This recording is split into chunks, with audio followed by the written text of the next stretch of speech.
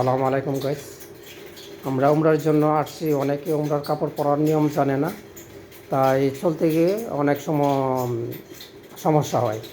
তো দেখেন, আপনারা শিখতে পারবেন। যারা উমরা করতে আসেন আপনাদের জন্য বেটার হবে, আপনারা যদি একটু মনোযোগ দিয়ে দেখেন।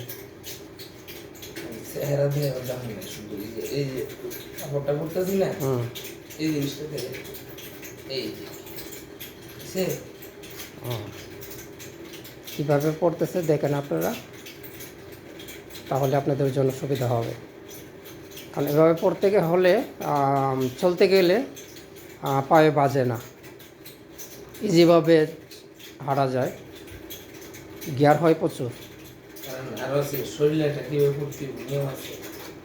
আর উপরেরটা কীভাবে পরে দেখেন, বাইরে থাকবেন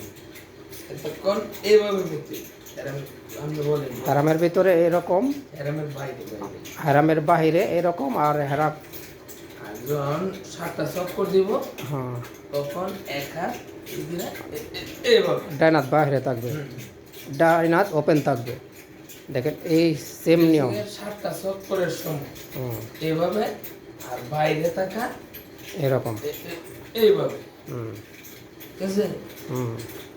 আর প্রায় সময় গ্রামের থেকে যারা নতুন আসে ওরা অনেক সময় জানে না, উমরা করতে গিয়ে হ্যারামের কাপড় পরা মাত্র টুপি পরে না, এরকম ওই সিম্পল, অন্য কোনো কাপড় রাখা যাবে না। কারণ আপনি যখন কবরে যাবেন, কবরে যাওয়ার সময় টুপি দেয় না, কিন্তু আমরা কিন্তু ওই কাপড়টা পরছি না, এটা কিন্তু আমাদের কাফনের কাপড়, এটা আমাদের খেয়াল রাখতে হবে।